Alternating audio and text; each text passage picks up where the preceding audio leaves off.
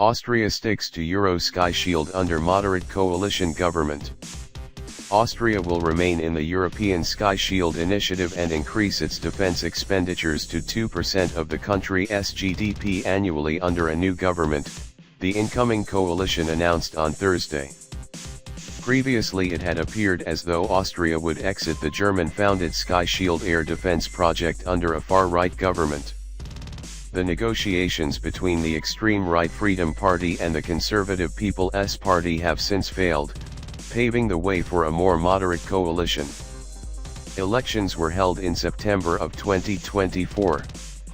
On Thursday, the incoming government, led by the Conservatives and with participation of the Social Democrats and the Economic Liberals, announced that they had arrived at a coalition agreement, which includes a detailed plan of proposed policies and some appointments. The three-way coalition, a historic first in Austrian history, is expected to present a relative continuation of the preceding Austrian government, which was made up of the Conservative and Green parties. This also applies to defense policy, where most of the coalition's positions reflect those of the previous government.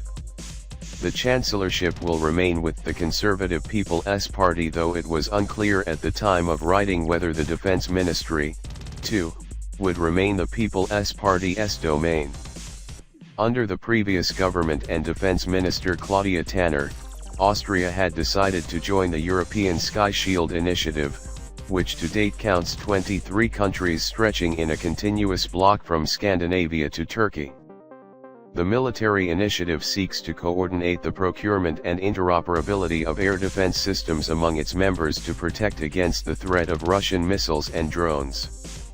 The far-right and Russia-friendly Freedom Party had made exiting Sky Shield a campaign promise, claiming that it is not compatible with Austria's constitutionally enshrined perpetual neutrality.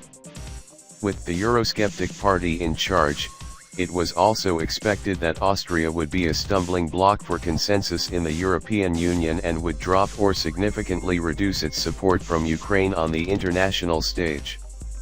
In accordance with its neutrality policy, Austria does not send weapons to Kiev, but it does support the country in the diplomatic arena and send non-lethal aid. The government that ended up being formed, however, reaffirmed its support for Ukraine and called out Russia for its invasion of its smaller neighbor in their coalition document. In a trend also started by the Ukraine war, Austria will continue to invest in its military, sticking to the Construction Plan 2023+, which seeks to invest around €17 billion, €17.7 billion in additional funds into its armed forces by 2032. A novelty, however, is the mention of a specific goal of 2% of the country's GDP going toward the military by the same year, although the same number as the goal for military spending among NATO members. Austria remains outside the alliance. Additionally, Vienna intends to set up a so-called standby force to be able to respond quickly to unexpected threats. It is supposed to be manned by a combination of professional soldiers and parts of the country's militia. Austria maintains mandatory conscription for all men at age 18.